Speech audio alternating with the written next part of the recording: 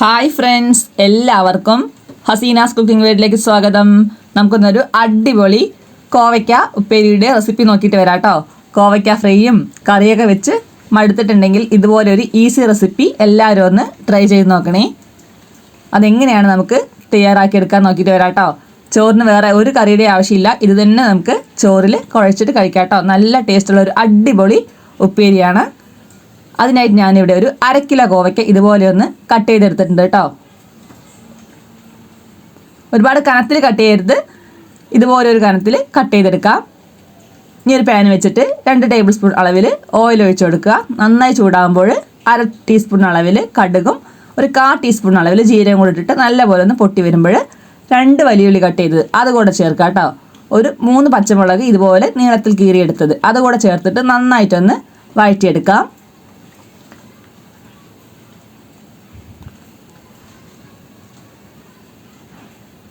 ഈ ഒരു പരുവാകുമ്പോഴത്തേക്ക് ഒരു 4 ടേബിൾ സ്പൂൺ അളവിൽ തേങ്ങ ചിരിവിയത് അതുകൂടെ ഒന്ന് ചേർത്ത് കൊടുക്കാം കേട്ടോ. എന്നിട്ട് ഒന്നുകൂടെ ഒന്ന് നന്നായിട്ടൊന്ന് മിക്സാക്കി എടുക്കാം.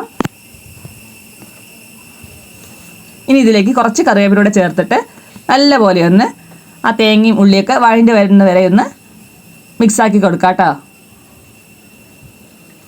ഈ ഒരു പരുവാകുമ്പോഴത്തേക്ക് 1 ടേബിൾ സ്പൂൺ അളവിൽ കാശ്മീരി മുളക് പൊടിയും 1/4 ടീസ്പൂൺ അളവിൽ മഞ്ഞൾപ്പൊടി, 1/2 ടീസ്പൂൺ അളവിൽ ഉപ്പ്, 1/4 ടീസ്പൂൺ പെരുംജീരകം പൊടിച്ചത് അതുകൂടെ ചേർത്തിട്ട് നന്നായിട്ടൊന്ന് മിക്സാക്കി എടുക്കാം. ഈ പൊടികളുടെയൊക്കെ പച്ച ചുവ നല്ലപോലെ ഒന്ന് പോകുന്നവരെ ഒന്ന് വഴറ്റിയെടുക്കാം കേട്ടോ.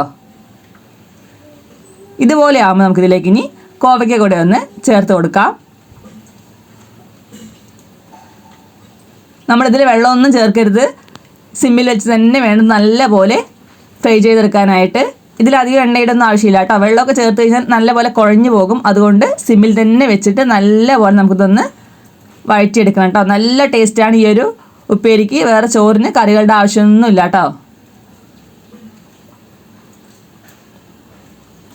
ഇതുപോലെ നന്നായി മിക്സ് ആക്കിയിട്ടൊന്ന് അടച്ച് വെച്ചിട്ട് വേവിക്കുക. ഇടയ്ക്കിടയ്ക്കൊന്ന് ഇളക്കിയും കൊടുക്കണം കേട്ടോ.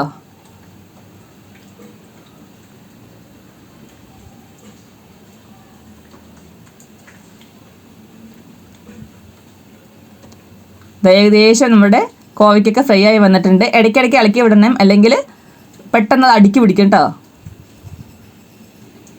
നല്ലപോലെ ഒന്ന് വഴണ്ടിട്ട് നല്ല അതിലത്തെ വെള്ളത്തിൻ്റെ അംശമൊക്കെ ഉണ്ടല്ലോ അതൊക്കെ ഒന്ന് പോയി കിട്ടണം.